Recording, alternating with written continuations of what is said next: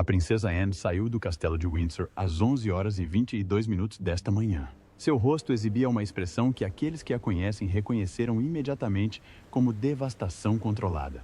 A reunião familiar de emergência da qual acabara de sair durou 4 horas e terminou com uma decisão tão difícil que até mesmo Anne, famosa por sua contenção emocional, teve dificuldade em manter a compostura. O que ela está prestes a anunciar mudará a família real para sempre. A reunião que nunca deveria ter acontecido.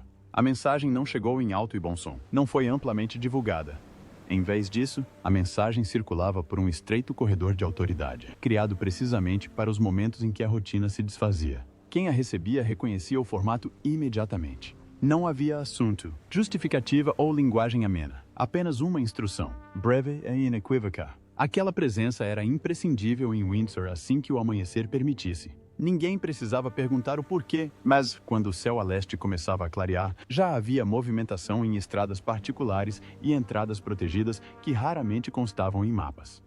Os veículos chegaram separadamente, deliberadamente em horários diferentes, sem escolta ou seguranças visíveis. Não se tratava de discrição para manter as aparências, mas sim de discrição para manter o controle. A princesa Anne entrou na sala de reuniões antes de todos os outros, sem levar papéis e sem fazer ligações. Ela não revisou anotações porque não as havia solicitado. O que ela precisava naquele momento não era de informações, mas de alinhamento. Sentou-se à longa mesa sem cerimônia e esperou. O rei Charles III chegou em seguida. Sua expressão refletia exaustão, não alarme, o semblante de alguém que passara a noite absorvendo informações em vez de reagir a elas. Ele parou brevemente na porta, observando a sala como se avaliasse sua capacidade de comportar o que estava prestes a ser discutido. Então, sentou-se, deixando de lado os marcadores usuais de hierarquia em favor da imediaticidade. O príncipe William chegou por último. Chegou sem assessores, sem pastas, sem os sinais exteriores de preparação que normalmente acompanhavam seus compromissos. Sua presença tinha um peso diferente naquela manhã. Ele não estava dali como observador ou aprendiz. Estava ali porque o assunto em discussão afetava diretamente o futuro. O que não aconteceu foi igualmente revelador, pois não havia nenhum profissional de comunicação à espera para moldar a linguagem. Nenhum consultor jurídico estava posicionado para identificar riscos. Nenhum auxiliar estava perto da porta caso fossem necessárias instruções. A sala havia sido esvaziada de tudo que pudesse suavizar ou redirecionar a conversa. Esta não era uma reunião sobre resposta. Era uma reunião sobre acerto de contas. O próprio ambiente reforçava essa realidade. As cortinas estavam fechadas não por segredo, mas para foco. A mesa estava vazia, sem copos de água, sem pastas, sem dossiês organizados com precisão. O espaço havia sido intencionalmente esvaziado de qualquer conforto. A mensagem era implícita. Não se tratava de uma discussão para ser prolongada. Por um instante, ninguém falou. Essa pausa não era hesitação, era uma recalibração. Enquanto cada pessoa presente compreendia que não estava mais operando dentro dos parâmetros habituais da tomada de decisões palacianas. A sequência familiar de opções, adiamento, ajuste e divulgação controlada já havia sido esgotada em outros lugares. O que restava era a escolha. A informação que motivou a reunião chegou no final da noite anterior, transmitida por canais profissionais que não deixavam margem para interpretação. Não foi filtrada por consultores nem suavizada por linguagem condicional. Veio acompanhada diretamente de documentação que fechava portas em vez de abri-las. Isso não era um alerta, era uma conclusão. O rei Charles quebrou o silêncio com uma pergunta que não demonstrava nem defensiva nem estratégica. Ele queria saber se o silêncio ainda era uma opção. Não se era preferível, convenient ou aconselhável, mas se ainda era possível mantê-lo sem consequências. A resposta não exigia debate. Já estava evidente nos rostos ao redor da mesa. A princesa Anne respondeu primeiro, embora não tenha formulado sua resposta como uma instrução. Ela afirmou claramente que o silêncio já começara a causar danos. O que antes era discrição havia se transformado em deturpação por inércia. A instituição, disse ela, estava agora em risco, não pelas circunstâncias em si, mas pelo tempo que havia sido mantida longe do conhecimento público. O príncipe William ouviu atentamente, com a atenção voltada para o desenrolar dos acontecimentos, e não para as personalidades presentes na sala. Ele compreendeu que a importância daquela reunião residia não apenas nos fatos, mas também no momento em que ocorria. Qualquer que fosse a decisão tomada, ela não existiria isoladamente. Estabeleceria um precedente sobre como a verdade seria tratada quando não pudesse mais ser moldada. À medida que os detalhes eram analisados, a natureza do problema ficou mais clara. Não se tratava de uma crise que pudesse ser absorvida silenciosamente. Não era uma situação que se resolveria sozinha com o tempo. As implicações iam além das preocupações imediatas da família, atingindo a estrutura da responsabilidade e da continuidade familiar. Cada participante reconheceu que a questão não era mais se a verdade viria à tona, mas sim o quanto ela seria distorcida se a família não assumisse a responsabilidade por ela. Quanto mais tempo se demorasse para que a informação fosse divulgada, mas o controle da narrativa se deslocaria para outros. A princesa Anne focou nesse risco com sua franqueza característica. Ela lembrou aos outros que a história raramente julgava as instituições por enfrentarem tragédias, mas sim por evasivas. Em momentos como esse, disse ela, a credibilidade não era preservada pela cautela, mas pela clareza. Nenhuma discordância foi expressa, mas um ajuste visível foi feito. A constatação se consolidou. Os mecanismos nos quais a família havia confiado por décadas eram insuficientes para o que estava por vir. Essa não era uma situação que pudesse ser administrada com revelações graduais ou garantias cuidadosamente planejadas. A postura do príncipe William mudou sutilmente ao longo da reunião. Ele não estava mais absorvendo informações. Ele estava antecipando uma consequência. Ele entendia que as decisões tomadas naquela sala acelerariam sua própria transição de maneiras que a preparação por si só não conseguiria amenizar. Quando a discussão chegou à sua conclusão natural, a reunião havia mudado de rumo. O que começou como uma reunião urgente transformou-se num momento de autodefinição institucional. Os participantes já não questionavam como proceder. Estavam a decidir que tipo de pessoa queriam ser quando a verdade fosse dita. Apenas uma questão permanecia por resolver. Não se haveria reconhecimento, mas quem o poderia dar sem ilusão, defensiva ou desvio de atenção? A resposta não precisava de ser dita em voz alta. Quase unanimemente, a sala se voltou para a princesa Anne, a linha que não podia ser cruzada. A princesa Anne esperou mais do que qualquer um esperava antes de falar. Ela permitiu que o silêncio se instalasse, não por hesitação, mas intencionalmente. Nessa pausa, a sala se reequilibrou. A urgência que os havia reunido deu lugar a algo mais exigente. Atenção! Quando finalmente falou, foi sem rodeios. Ela não resumiu o que já havia sido dito, nem reconheceu a gravidade da situação. Em vez disso, abordou a estrutura pela qual o assunto havia sido tratado até então. A família, afirmou ela sem rodeios, havia esgotado a utilidade da gestão. Qualquer que fosse o significado inicial daquele momento, ele não era mais de ordem logística ou de apresentação. Havia cruzado para o território moral, e o território moral não responde a estratégias. Sua autoridade não era imposta, era presumida. Décadas de serviço lhe haviam conferido uma posição singular dentro da família, construída não sobre afeto ou medo, mas sobre confiabilidade. Ela era conhecida por sua coerência, e não por sua persuasão. Quando ela interveio, ficou claro que o fez apenas quando a própria demora se tornou uma decisão e delineou a realidade cada vez mais restrita com precisão clínica. A família tinha duas opções restantes. Podiam falar com precisão e contenção, ou podiam permitir que a verdade chegasse através da fragmentação moldada por outros com menos informações e menos restrições. Não havia um terceiro caminho. O tempo, enfatizou ela, não era mais neutro. Estava ativamente corroendo a credibilidade. O rei Charles ouviu sem interromper. Os presentes notaram a ausência de resistência. No início de seu reinado, ele tendia a ponderar as decisões com base em precedentes, a avançar gradualmente sempre que possível. Agora, não havia mais espaço para cautela. Sua imobilidade sugeria não indecisão, mas reconhecimento. A situação havia avançado além do ponto em que a cautela atendia ao seu propósito. Anne voltou sua atenção para o príncipe William, não com instruções, mas com inclusão. Ela falou com ele como alguém cujo futuro seria diretamente moldado pelo que acontecesse a seguir. Ela o lembrou de que a instituição poderia sobreviver à perda. O que ela não poderia sobreviver era a impressão de que evitava a verdade quando esta se tornava inconveniente. Os resquícios desses momentos persistiam por muito mais tempo do que os próprios momentos. Essa reformulação alterou a dinâmica na sala. A discussão deixou de se concentrar na gestão das consequências e passou a abordar a responsabilidade, deixando claro que o objetivo não era proteger a família do desconforto, mas sim proteger a instituição da corrosão. A mudança crucial ocorreu quando ela definiu os limites do que poderia ser dito publicamente. A declaração, insistiu ela, não deveria minimizar a realidade da situação. Não deveria insinuar que os resultados permaneciam incertos quando, na verdade, não permaneciam. E não deveria sugerir que a deliberação estava em curso. Se a deliberação já tivesse sido concluída, qualquer uma dessas afirmações constituiria desinformação, intencional ou não. Sua clareza rompeu com o instinto persistente de ocultar informações por meio da omissão. Ela reformulou a divulgação. Não como exposição, mas como gestão responsável. A monarquia, disse ela, jamais sobreviveu fingindo-se imune às dificuldades. Sobreviveu demonstrando que podia enfrentar as dificuldades sem distorcê-las. Havia um clima de inquietação na sala, embora ninguém o expressasse diretamente. O desconforto não se originava de discordância, mas de uma consequência.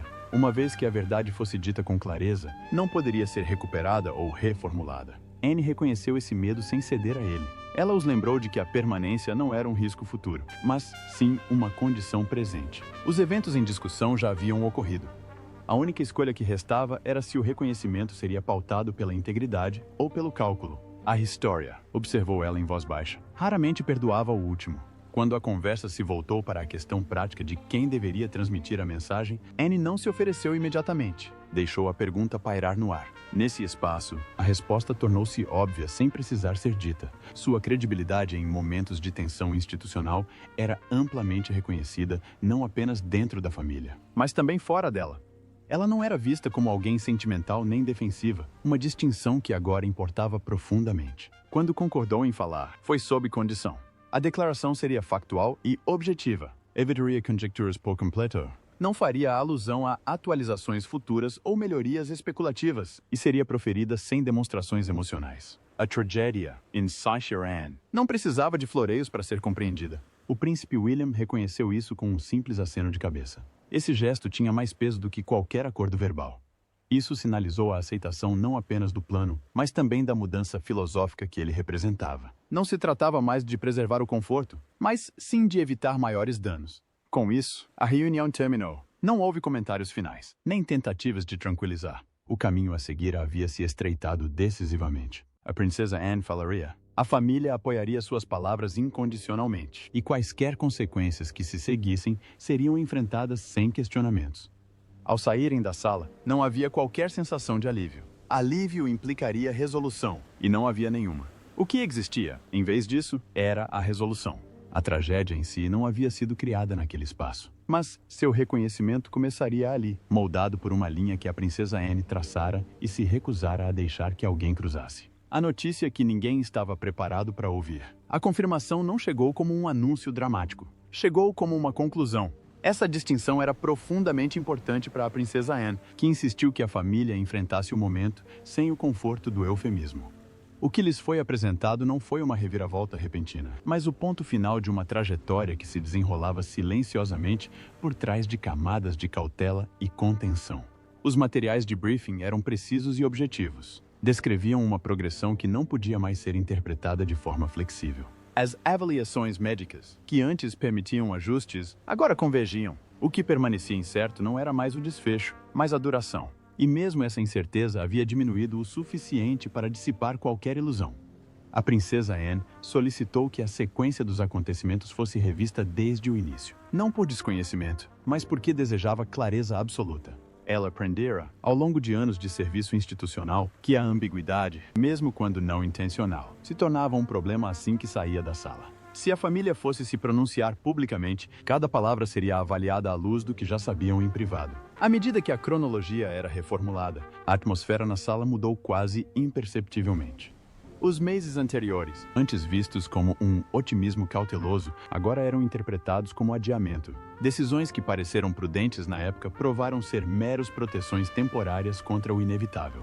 Ninguém presente podia escapar da constatação de que a esperança estava desempenhando um papel que nunca deveria ter desempenhado sozinha. O acontecimento em si envolvia uma figura importante cujo papel ia muito além dos laços familiares. Não se tratava de uma situação restrita ao luto privado. Ela afetava a continuidade, a expectativa e o âmago psicológico da monarquia. As implicações se espalharam, afetando não apenas os relacionamentos imediatos, mas também o ritmo com que a responsabilidade precisaria ser assumida em outros lugares. O príncipe William absorveu isso em silêncio. Ele sabia que a situação era séria, mas a forma como foi apresentada eliminou qualquer resquício de proteção. Não se tratava mais de se preparar emocionalmente para um possível futuro. Tratava-se de aceitar que o futuro chegaria em termos que não haviam escolhido. A distância entre a vida pessoal e o dever público diminuiu ainda mais naquele momento. O rei Charles falou em voz baixa, escolhendo as palavras com cuidado, refletindo tanto a experiência quanto o cansaço. Ele reconheceu que as escolhas anteriores haviam sido feitas com a intenção de preservar a estabilidade. Havia uma crença genuína de que a discrição servia à compaixão. O que ele reconhecia agora, com visível dificuldade, era que a discrição havia chegado ao seu limite. A princesa Anne respondeu não com críticas, mas com uma reformulação. Ela afirmou categoricamente que a discrição havia se transformado em distorção. Quanto mais tempo a verdade permanecesse oculta, mais prejudicial seria sua eventual revelação. A família não estava mais protegendo ninguém ao esperar. Estava, na verdade, aumentando o dano que o silêncio causaria. Isso marcou a virada emocional da reunião. A mudança não foi drástica, mas foi decisiva. O que havia começado como uma avaliação tornou-se um reconhecimento. A tragédia não era mais abstrata. Tinha forma, direção e consequências que não esperariam pela prontidão institucional. Anne enfatizou que a linguagem usada publicamente não poderia sugerir reversibilidade. Fazer isso seria fomentar falsas esperanças. E falsas esperanças, argumentou ela, eram crueldade disfarçada de bondade. A gravidade dessa constatação foi se instalando lentamente. Para uma família treinada para lidar com a percepção, aceitar que algumas verdades resistem a esse controle foi profundamente perturbador. Contudo, ninguém questionou. Os fatos, uma vez ditos em voz alta, tinham sua própria autoridade. A questão final levantada naquele capítulo da reunião não era se a notícia seria compartilhada, mas como seria compartilhada sem suavizar sua realidade ou amplificar sua dor. E deixou claro que a moderação, e não o tranquilizador, seria o princípio orientador. O público não precisava de consolo, precisava de honestidade. Ao término da discussão, o peso emocional da notícia havia sido totalmente absorvido. Não houve um colapso visível, mas algo mais duradouro: determinação. A compreensão de que aquele momento definiria não apenas as semanas seguintes, mas também a postura moral da família por muito tempo depois. Consequências dentro da família real. Os efeitos do reconhecimento começaram a se desenrolar antes mesmo de qualquer declaração ser emitida. Dentro da casa, a atmosfera mudou de maneiras difíceis de articular, mas impossíveis de ignorar. As conversas ficaram mais lentas. Os movimentos tornaram-se deliberados. Havia uma sensação de que todos entendiam que estavam à beira de algo irreversível. Para alguns membros da família, a reunião forçou um confronto com medos que haviam mantido cuidadosamente compartimentados. Para outros, confirmou suspeitas que não quiseram expressar. A experiência compartilhada não foi de choque, mas de exposição. A distância protetora entre a expectativa e a aceitação se dissipou. O príncipe William se afastou da vista do público nas horas seguintes à reunião, não por evasão, mas por necessidade. Aquele próximo a ele descreveu mais tarde um homem se reequilibrando em tempo real. As responsabilidades para as quais ele havia se preparado por tanto tempo agora se aproximavam. Não mais teóricas, não mais remotas. O peso da situação era imediato e pessoal. O Rei Charles permaneceu visível, embora mais discreto do que o habitual. Suas interações com os conselheiros foram metódicas, focadas na continuidade em vez de tranquilizar. Ele compreendia que a liderança em momentos como esse exigia firmeza, não sentimentalismo. Seu comportamento comunicava algo importante para aqueles que observavam atentamente. A instituição não se fragmentaria sob o peso da verdade. A princesa Anne, tendo aceitado o papel de mensageira, adotou uma postura completamente diferente. Ela revisava os rascunhos com uma precisão que beirava a severidade. Cada frase era examinada não pela sonoridade, mas pelo que permitia que os outros inferissem. Rejeitava a linguagem que sugeria possibilidades onde não existiam e alertava contra frases que convidavam à especulação por omissão. Dentro da família, as diferenças geracionais tornaram-se mais visíveis. Os membros mais velhos, moldados por décadas de contenção instintiva, lutavam para acompanhar o ritmo acelerado dos acontecimentos. Eles haviam sido treinados para acreditar que o tempo era uma ferramenta. Os membros mais jovens reconheceram que o tempo, neste caso, havia se tornado um adversário. Discussões privadas trouxeram à tona antigas divisões filosóficas sobre transparência e modernização. Não se tratavam de argumentos, mas de acertos de contas. Decisões tomadas anos antes foram reavaliadas sob a dura clareza das consequências presentes. Alguns reconheceram, em particular, que a cautela havia se transformado em evasão. Outros perceberam que seus apelos por transparência acarretavam custos que não haviam considerado completamente. A princesa Anne abordou essas tensões diretamente em uma reunião menor mais tarde naquele dia. Ela deixou claro que discordar não era deslealdade, mas que a inconsistência seria desastrosa. Uma vez feita a declaração, não poderia haver contradição interna. A família se manteria unida publicamente, mesmo que as emoções privadas permanecessem instáveis. Os efeitos se estenderam além da família imediata. Funcionários de alto escalão ajustaram seus horários discretamente. Protocolos que eram teóricos foram ativados sem aviso prévio. A máquina da instituição reagiu não com alarme, mas com adaptação controlada. Não se tratava de uma crise caótica, mas sim de uma crise de gravidade. Com a aproximação da noite, uma sensação de espera pairou sobre a casa. A declaração estava finalizada. O momento acordado. Nada mais havia para negociar. Os presentes compreendiam que, uma vez proferidas, as palavras alterariam o cenário para sempre. Não havia qualquer crença de que o reconhecimento pudesse amenizar a dor que se avizinhava. Mas havia um entendimento mútuo de que a recusa em reconhecer a tragédia corroeria a confiança de forma irreparável. A família havia passado da preservação para a responsabilidade. A tragédia em si não fora criada pela palavra. Ela já existia, pressionando contra o silêncio. O que mudou agora foi que a família escolheu enfrentá-la abertamente, sem disfarces. E uma vez feita essa escolha, não havia como voltar ao conforto da ignorância. A declaração que mudou tudo. A decisão de fazer com que a princesa Anne se pronunciasse publicamente não foi meramente cerimonial. Foi estratégica, deliberada e baseada na compreensão de como a credibilidade funciona quando a confiança é abalada. Dentro da família, havia um consenso tácito de que ninguém mais conseguiria transmitir a mensagem sem que ela fosse filtrada por expectativas, simpatia ou suspeitas. A reputação de Anne, por sua franqueza, não era apenas uma vantagem. Esse era o objetivo. A declaração foi agendada para o final da manhã, com um horário cuidadosamente escolhido, mas sem a coreografia usual que acompanhava as principais comunicações da família real. Não haveria reuniões prévias com os correspondentes privilegiados, nem garantias indiretas transmitidas por fontes anônimas. A princesa Anne insistiu que as palavras falassem por si mesmas, sem interferência de interpretações. Se a verdade fosse revelada, não chegaria suavizada por intermediários. Nas horas que antecederam o anúncio, Anne revisou o texto final sozinha. Recusou a presença de dispositivos de comunicação, pedindo, em vez disso, silêncio e privacidade. Não se tratava de um ato de desafio, mas de concentração. Ela compreendia que cada palavra seria analisada não apenas em busca de significado, mas também de intenção. Ambiguidade, mesmo acidental, seria interpretada como evasão. A declaração em si era sucinta, quase austera. Começou sem preâmbulos, sem expressões de gratidão ou apelos à compreensão. Anne identificou o ocorrido diretamente, confirmando que a família enfrentava circunstâncias que haviam ultrapassado as expectativas iniciais. Ela reconheceu a gravidade da situação sem dramatização, optando pela clareza em vez do conforto. O que a declaração não incluiu foi tão importante quanto o que incluiu. Não foram oferecidos prazos, nem projeções apresentadas como possibilidades, e a linguagem utilizada incitava a especulação ou a falsas garantias. Ela não prometeu atualizações. Não sugeriu que o assunto estivesse sob revisão. A ausência dessas expressões foi intencional. Incluí-las teria sido desonesto. Anne falou devagar, com um tom comedido e sem adornos. Não havia emoção visível, mas também não havia distanciamento. A gravidade do momento foi transmitida pela contenção, e não pela ostentação.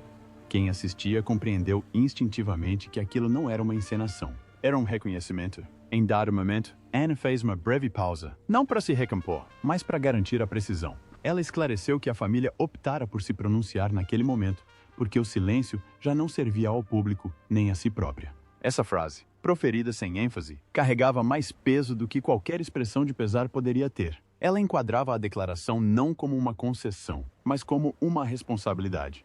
A reação foi imediata e profunda. Em poucos minutos, o texto da declaração circulava globalmente, citado textualmente em diversas plataformas. Analistas notaram a ausência de eufemismos. Comentaristas observaram a falta de enquadramento narrativo. Para um público acostumado com a comunicação cuidadosamente planejada da realeza, a franqueza da mensagem foi desconcertante. No entanto, foi justamente essa desorientação que restabeleceu a confiança. Ao se recusar a moldar a resposta emocional, Anne permitiu que os fatos falassem por si.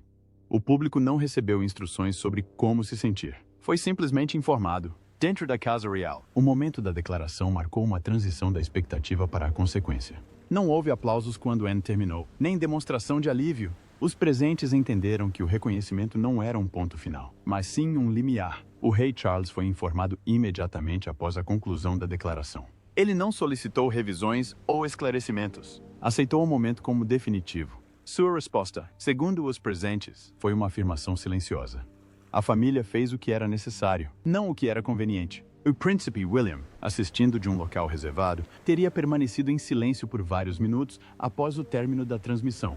Para ele, a declaração representava uma redução na distância entre a responsabilidade presente e o papel futuro. O que havia sido reconhecido publicamente agora moldaria todas as suas decisões privadas. A reação do público evoluiu rapidamente. O choque inicial deu lugar a uma análise sóbria. Houve pouca indignação e, surpreendentemente, pouca especulação.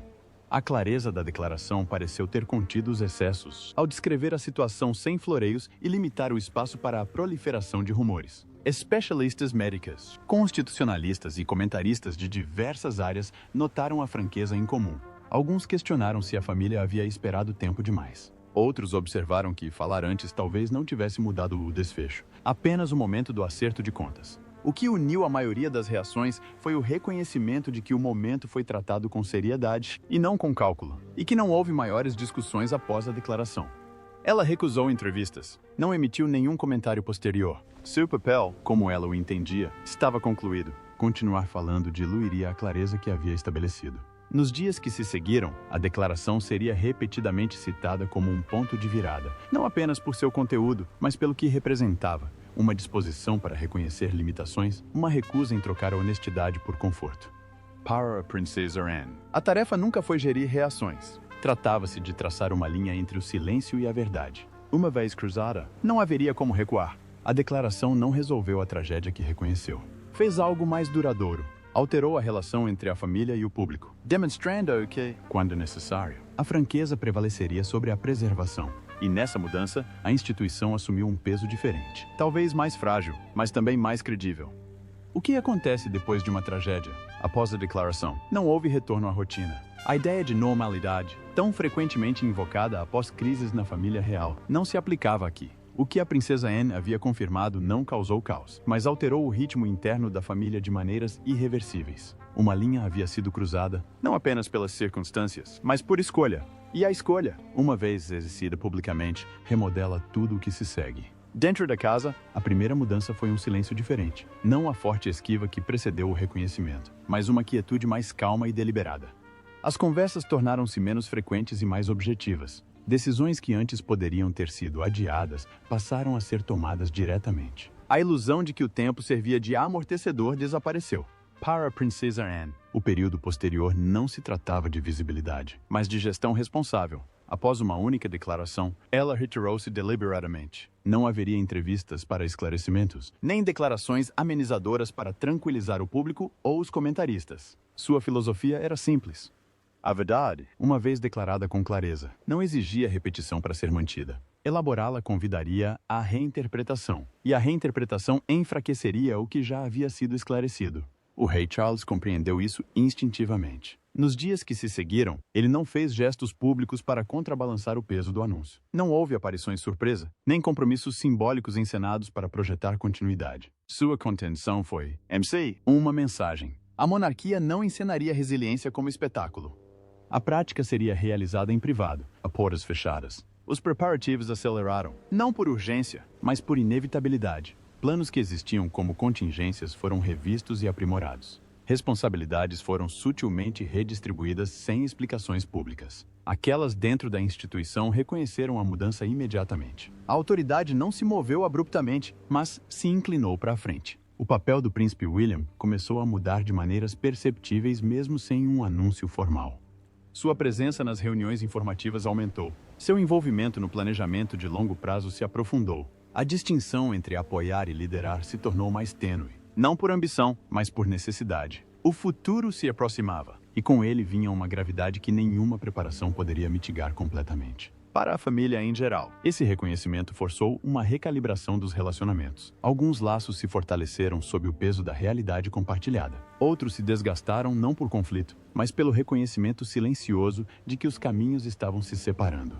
A tragédia tem o poder de esclarecer prioridades, e nem todos chegam às mesmas conclusões. A reação do público continuou a evoluir. A análise inicial deu lugar à reflexão. A ausência de declarações posteriores criou espaço para a contenção, algo cada vez mais raro em momentos de luto público. Sem comentários constantes do palácio, a especulação diminuiu. A clareza do reconhecimento inicial deixou pouco espaço para a expansão da narrativa. A cobertura da mídia mudou em conformidade. Em vez de buscar fragmentos de informação, os veículos de comunicação começaram a contextualizar o momento historicamente. Foram feitas comparações com períodos anteriores em que a monarquia enfrentou mudanças irreversíveis. O que distinguiu este momento, muitos observaram, não foi a gravidade das circunstâncias, mas a forma de resposta. Não houve qualquer tentativa de reformular a realidade como resiliência. A família permitiu que a verdade se apresentasse sem adornos. Essa escolha teve consequências que foram além da reputação. Alterou as expectativas. O público, tendo sido abordado com franqueza, recalibrou sua relação com a instituição. Em muitos setores, a simpatia substituiu a suspeita. Não porque a situação estivesse resolvida, mas porque havia sido exposta com honestidade. Dentro do palácio, essa mudança foi notada com alívio cauteloso. A confiança, uma vez abalada, raramente é restaurada rapidamente, mas pode ser estabilizada. A princesa Anne não recuperou sua confiança por meio de charme ou sentimentalismo. Ela a estabilizou por meio da credibilidade. Essa distinção era de extrema importância para aqueles encarregados de guiar a instituição pelos desafios que estavam por vir. O impacto emocional na família permaneceu em grande parte invisível, como sempre fora. O reconhecimento não diminuiu a dor, simplesmente removeu o fardo de fingir que a dor não se aproximava. Os momentos privados ganharam maior proteção agora que o sigilo não servia mais como escudo. De certa forma, a verdade criou espaço para a privacidade, em vez de destruí-la. Com o passar das semanas, a ausência de uma escalada dramática tornou-se notável. Nenhum vazamento contradisse a declaração. Nenhuma informação anônima tentou suavizar seu significado. A família manteve-se firme. Essa disciplina reforçou a seriedade do que havia sido compartilhado. O silêncio, nesse contexto, tornou-se uma extensão da honestidade, e não uma forma de evasão. Implicações de longo prazo começaram a surgir discretamente. Discussões sobre modernização ganharam nova urgência. O equilíbrio entre privacidade e dever público foi reexaminado não como teoria, mas como prática. Decisões antes adiadas por medo de desestabilização foram reconsideradas sob uma nova perspectiva. Ficou claro que a estabilidade não dependia do ocultamento. O papel da princesa Anne nessa recalibração foi sutil, mas decisivo. Embora raramente tenha se pronunciado publicamente após o anúncio, sua influência foi sentida no tom e na abordagem. Ela defendeu menos declarações. Não mais, para maior clareza e segurança. Para consistência em vez de reações impulsivas. Esses princípios moldaram as ações subsequentes. Quando os compromissos foram ajustados discretamente. Quando as responsabilidades mudaram sem alarde. A instituição seguiu em frente sem insistir que o progresso significava otimismo. Para o príncipe William, este período marcou o início de um tipo diferente de preparação. Deixando de ser abstratas, suas futuras responsabilidades tornaram-se tangíveis. Ele conduziu essa transição sem alarde público, guiado pela compreensão de que a liderança em momentos como esse se demonstra pela firmeza, e não por declarações. O público, observando à distância, percebeu essa mudança mesmo sem sinais explícitos. Analistas notaram uma mudança de tom não apenas nas comunicações oficiais, mas também na presença física. A monarquia parecia menos performática e mais deliberada. Essa mudança não foi unanimemente elogiada, mas foi amplamente respeitada. A tragédia reconhecida pela princesa Anne não encerrou a história. Ela a reformulou. O que se seguiu não foi uma resolução, mas uma adaptação. A família passou da expectativa à aceitação, da preparação à prática. Ficou estabelecido que, quando as circunstâncias exigissem a verdade, a instituição não se esconderia atrás da linguagem nem atrasaria o processo. A empresa falaria com clareza uma única vez e manteria sua palavra. Essa escolha não tornaria o futuro mais fácil, mas o tornaria mais claro. E a clareza em momentos de mudanças irreversíveis é, por si só, uma forma de força.